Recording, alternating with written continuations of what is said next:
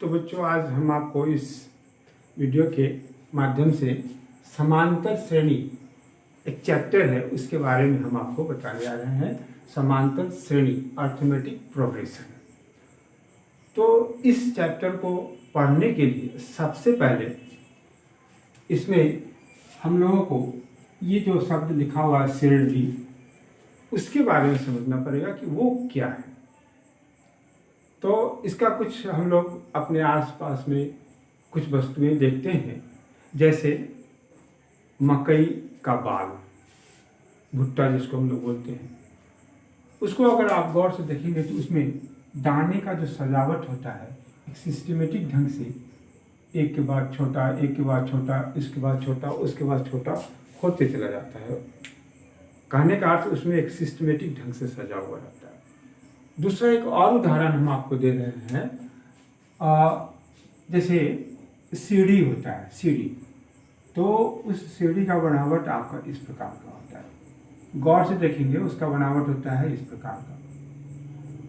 वो समान दूरी पर इसमें एक डंडा लगा हुआ रहता है, बांस का सीढ़ी है। तो इसमें मान के चलिए ये 60 सेंटीमीटर है, तो यह कितना आ जाएगा 50 सेंटीमीटर, कितना हो जाएगा 40 सेंटीमीटर। इस प्रकार से ये घटते हुए एक ही प्रकार से एक नियम का पालन करते हुए वो बना हुआ रहता है। अगर हम ऐसा कर दें, इसको हम लोग जैसे इसको हम 60 कर दिए, ये 60 हमारा हो गया, इस जगह ठीक है 50 हो गया, लेकिन इस जगह अगर हम इसको 30 कर दें, फिर यहाँ पे 70-80 कर दें, तो क्या यह सीढ़ी बन पाएगा? ये सीढ़ी नहीं बन पाएगा। तो यह इसमें इस नियम का एक सिस्टमेटिक ढंग से जो एक के बाद एक जो बन रहा है वह एक नियम के तहत घटते हुए चला जा रहा है। जैसे यहाँ 60 है, यहाँ 50, यहाँ 40, 10 का फर्क होते चला जाता है। तो ये एक नियम का पालन करते हुए जा रहा है।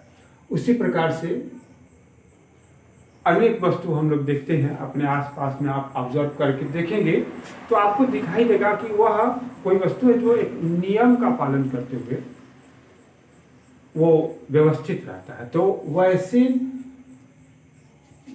वैसे चीज को हम लोग श्रेणी कहेंगे।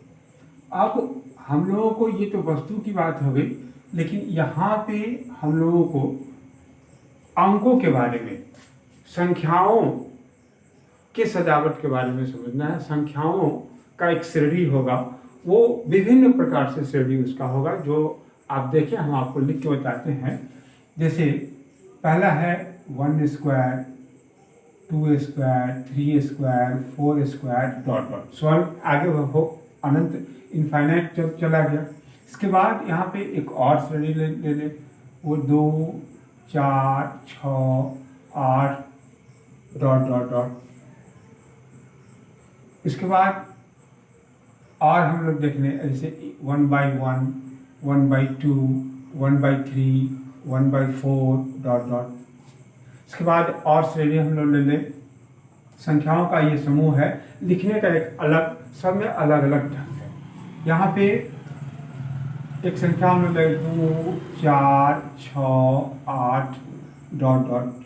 फिर दूसरा एक और हम लोग ले लें 100, थोड़ा सा और 100, 98, 96, 94, डॉट। तो ये जो संख्या का जो प्रारूप लिखा हुआ है, उसको अगर गौर से देखेंगे तो सब एक कुछ न कुछ नियम का पालन करते हुए वह लिखा गया हुआ। जैसे पहला में है ये नेचुरल नंबर 1, 2, 3, 4 लिखा हुआ है, और सभी के ऊपर में स्क्वायर दिया हुआ है, सभी के ऊपर में स्क्वायर, गौर से आप देखेंगे। दूसरा है 2, फिर इसमें 2 से गुना किया, फिर इसमें 2 से गुना किया, इसमें 2 से गुना किया, गुना किया गया हुआ है। तो एक उसके आगे की संख्या हमको प्राप्त होती चला जाएगा। यहाँ पे ये जो दिया हुआ है उसी सभी के हर में अंतर हो रहा है, सभी संख्याओं के हर में अंतर हो रहा है।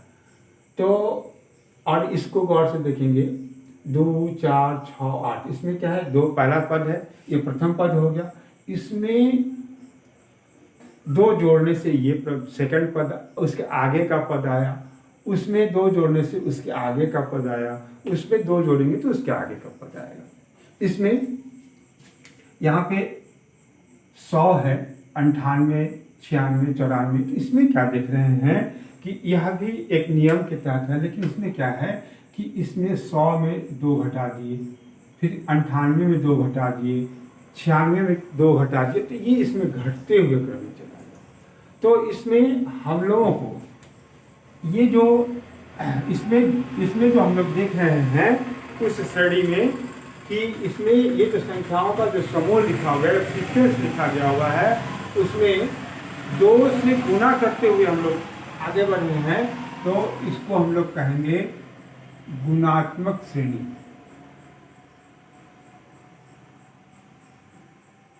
गुणात्मक श्रेणी। यहाँ पे हरों में अंतर चला जा रहा है, हर में अंतर हो रहा है, तो ये लिखेंगे, इसको जानते हैं हरात्मक श्रेणी। इसको हम लोग बोलेंगे हरात्मक श्रेणी। और इसमें इसको गौर से देखेंगे तो इसमें जो पहली संख्या है उसमें 2 जोड़ते हुए, सभी में 2 जोड़ते हुए हम लोग आगे बढ़ेंगे तो एक संख्या, एक सीरीज आता है। और इसमें भी ये घटाते हुए हम लोग आगे बढ़ेंगे तो एक श्रेणी आएगा। तो ये जो 2 प्रकार का जो ये संख्या हो गया, जिसमें जोड़ने से, उसी संख्या को जोड़ने से या घटाने से हम लोगों को जो संख्या प्राप्त होती है, एक श्रेणी प्राप्त होती है, उसको जोड़ने से या घटाने से, तो उसको हम लोग कहेंगे समांतर श्रेणी। समांतर श्रेणी। तो अभी इस दोनों के बारे में, गुणात्मक श्रेणी और हरात्मक श्रेणी के बारे में हम लोग आगे के क्लास में पढ़ेंगे। अभी हम लोगों को इस क्लास में स्टार्ट में हम लोगों को समांतर श्रेणी के बारे में पढ़ना है। तो अब इसमें क्या पढ़ना है, जैसे इसी संख्या को देख लिया जाए तो इसको गौर से देखेंगे तो 2, 4, 6, 8, ये तो 4 संख्या हमको दिया हुआ। उसके जस्ट आगे की संख्या भी आप निकाल सकते हैं, 2 जोड़ देंगे तो आ जाएगा। उसके जस्ट आगे की संख्या को भी जोड़ देंगे तो आ जाएगा। लेकिन अगर आपसे पूछा जा रहा है कि इसका 100वां पद क्या होगा, 100वां नंबर में कौन सी संख्या आएगी, तो वहां फिर समस्या आ जाएगा। हम लोगों को इसी प्रकार की उस संख्या को प्राप्त करना, हम लोगों को निकालना होगा। फिर 100 पद, अगर 100वां संख्या हमारे पास आ गया हुआ है इसी श्रेणी का, तो उस 100 पदों का योग कितना होगा, इसको हम लोगों को, इसी प्रकार के प्रश्न को हम लोगों को बनाना है। तो इसके लिए हम लोग एक सूत्र का निर्माण करें। वो सूत्र कैसे होगा, जैसे देख लें। तो यहाँ हम लोग समांतर श्रेणी के बारे में सिर्फ पढ़ेंगे, गुणात्मक और हरात्मक श्रेणी आगे की कक्षा में हम लोग पढ़ेंगे। यहाँ पे संख्या हम लोग सूत्र किस प्रकार से व्यवस्थित करें उसको देखें। मान लें कि यहाँ लिखेंगे, पहले समझ लें इसको। माना A1, A2, A3, A4 so on AN श्रेणी,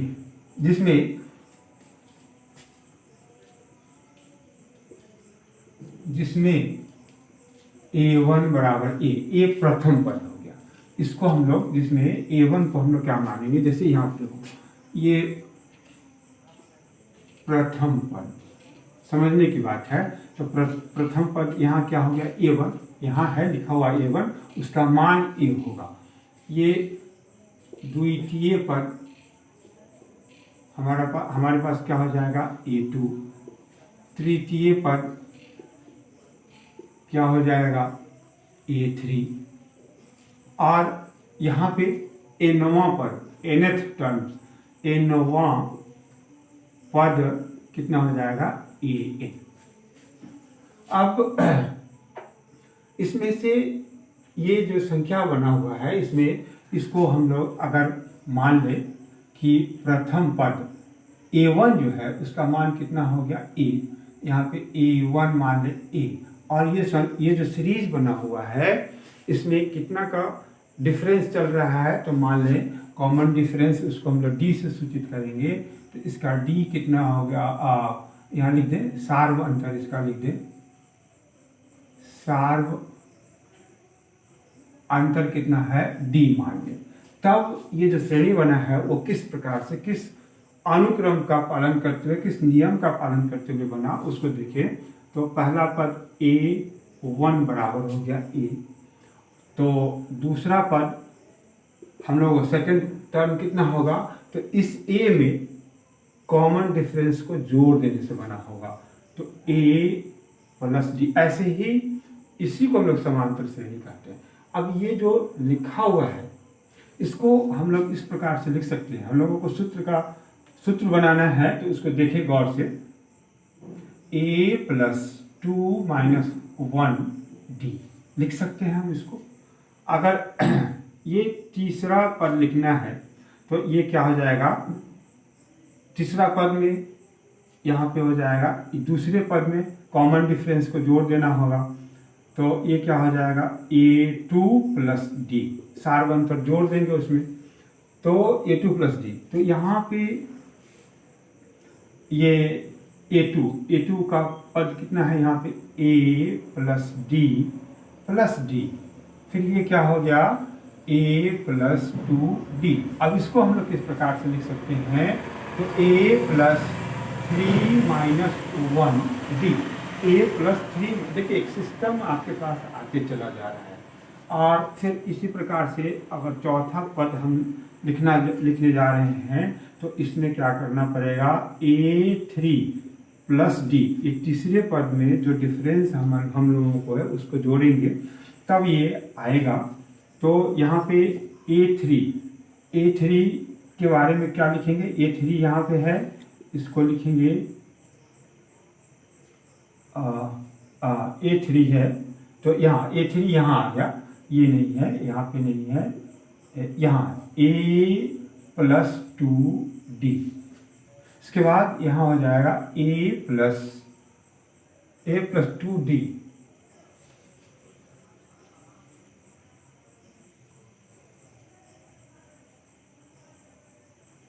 a प्लस 2d। हाँ, या ये डी छूट गया यहाँ पे, सॉरी, यहाँ पे a plus 2d plus d, तो ये कितना हो जाएगा a प्लस 3d। अब इसको हम लोग लिख सकते हैं कैसे, a प्लस 4 माइनस 1d। तो इसी क्रम में अगर हम लोग nth टर्म का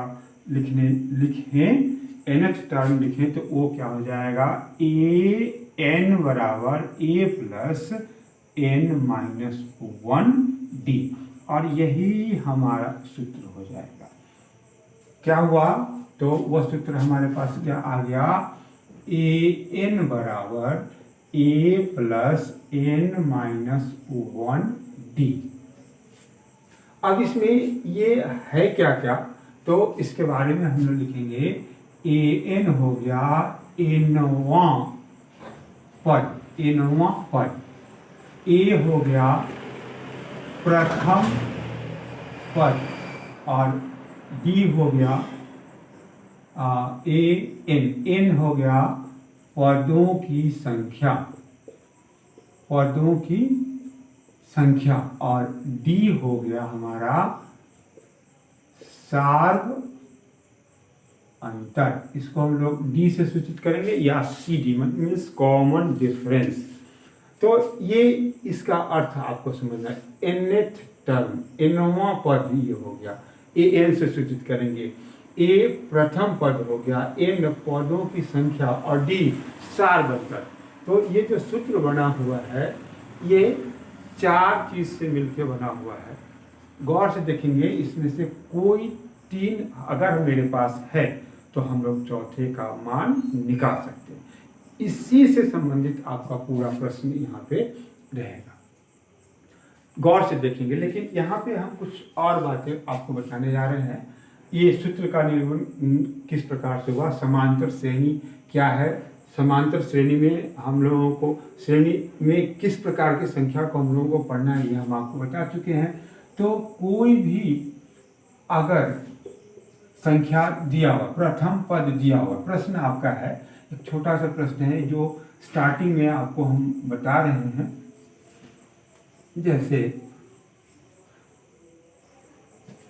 यहाँ पे देखें, अगर कह रहा है कि प्रथम पद बराबर 5 और सार्व अंतर अगर 2 है तो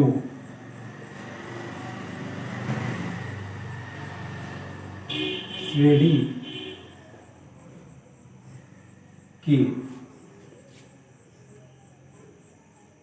अगले 3